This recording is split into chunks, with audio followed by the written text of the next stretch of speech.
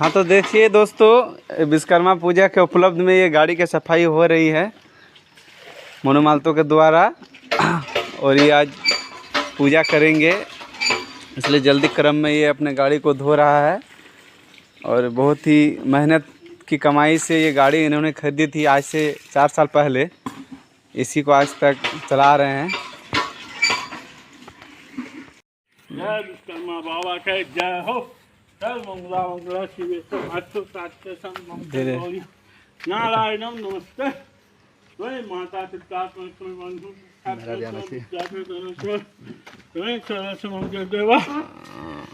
Motorcycle भी है, motorcycle भी है सब बारह चुनी सब भगवान की जय हो। विश्वकर्मा बाबा के जय हो। चुनरी बांध दो, नमस्ते करो तो आशीर्वाद में भी यही सुनने को मिलता है कि तेरी अच्छी जॉब लग जाए। लेकिन जिसने भी ये सिस्टम बनाया ना, उसको मैं दिल से सलाम करता हूँ। वाह क्या सिस्टम बनाया नौकरी का। ये लोग जिंदगी भर उसी में उलझ कर रह जाते हैं, कभी बाहर ही नहीं निकल पाते, कभी नहीं। जब बच्चा पैदा होता है तब से यही रट लगाया जाता है कि मेरा बेटा डॉक्टर बनेगा, इंजीनियर बनेगा, सरकारी नौकरी करेगा, ये बनेगा वो बनेगा।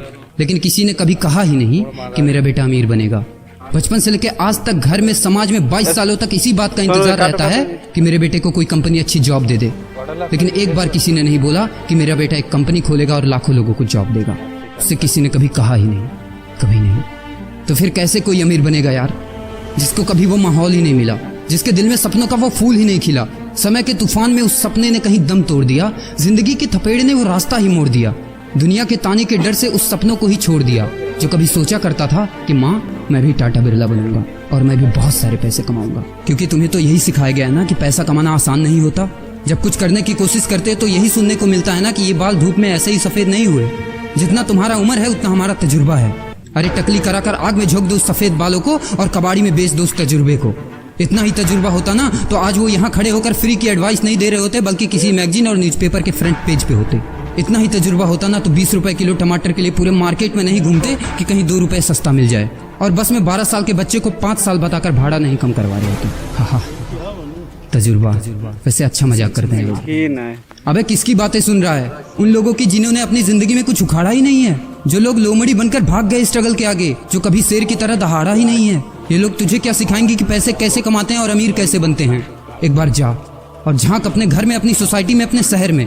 है कोई ऐसा जो वो लाइफ जी रहा है जो तू जीना चाहता है? है कोई ऐसा जो उतना पैसा कमा रहा है जितना तू कमाना चाहता है? है कोई ऐसा जो उस कार में घूमता है जिस कार में घूमने का तू सपना देखता है और शायद उसी कार की फोटो तेरे दीवार पे भी लगी हो? है कोई ऐसा जिसने उतना नाम कमा लिया जितना तू कमाना चाहता है, जितना तुझे चाहिए? झांक यार, झांक ले, पता चला कुछ। ये लोग जो तुझे फालतू की राय देने में लगे हैं कि ऐसा करो वैसा करो, कौन होते हैं ये लोग तुझे राय देने वाले? जब उन्होंने वो कभी हासिल ही नहीं किया, शायद जिंदगी में उतना पैसा कभी देखा ही नहीं, वो कार, वो नाम, वो स्टारडम कभी महसूस ही नहीं किया। वो क्या तुझे बताएंगे कि क्या करना है और क्या नहीं? देख यार, सिंपल सी बात है, अगर तू वो करेगा ना जो सब करते हैं तो तुझे वही मिलेगा जो सबको मिलता है। और अगर तू वो करेगा जो आज तक किसी ने नहीं किया, तुझे वही मिलेगा जो आज तक किसी को नहीं मिला, किसी को भी नहीं। तो देखो सपने तो सोचो बड़ा। किसी की औकात नहीं है जो तुझे रोक सके। किसी के रास्ते पर मत चलो, अपना रास्ता खुद बनाओ और प्रूव कर दो इस नकली दुनिया को कि तुम सही हो और वो गलत। और अपने आप से ये वादा करो कि यार जिंदगी में चाहे कुछ भी हो जाए ना, लेकिन इनके जैसी जिंदगी मेरी नहीं होगी। मैं इस 9 से 5 के खूंटे में बंधने के लिए नहीं पैदा हुआ हूँ। मैं किसी का नौकर बनने के लिए नहीं, बल्कि अपने माँ बाप का राजकुमार और अपनी जिंदगी का राजा बनने के लिए पैदा हुआ हूँ। नहीं जीनी ऐसी लाइफ जहाँ हर कदम पर बहाना करना पड़े। अरे यार, खिलौना बनता ही है टूटने के लिए। बहाना करते हैं लोग कि बेटा खिलौना टूट जाएगा, क्योंकि पैसे नहीं होते, मजबूर होते हैं, जिंदगी के थपेड़े से चूर चूर होते हैं। तो यार पेन उठाओ और लिख दो अपनी कहानी को, लिख डालो। तुम्हारी कोई सीमा नहीं है, तुम तो अनंत हो, यू आर इनफाइनाइट। और लास्ट में एक बात कहना चाहूंगा कि जब तक पढ़ाई का मकसद नौकरी पाना होगा, तब तक समाज में नौकर ही पैदा होंगे, मालिक नहीं।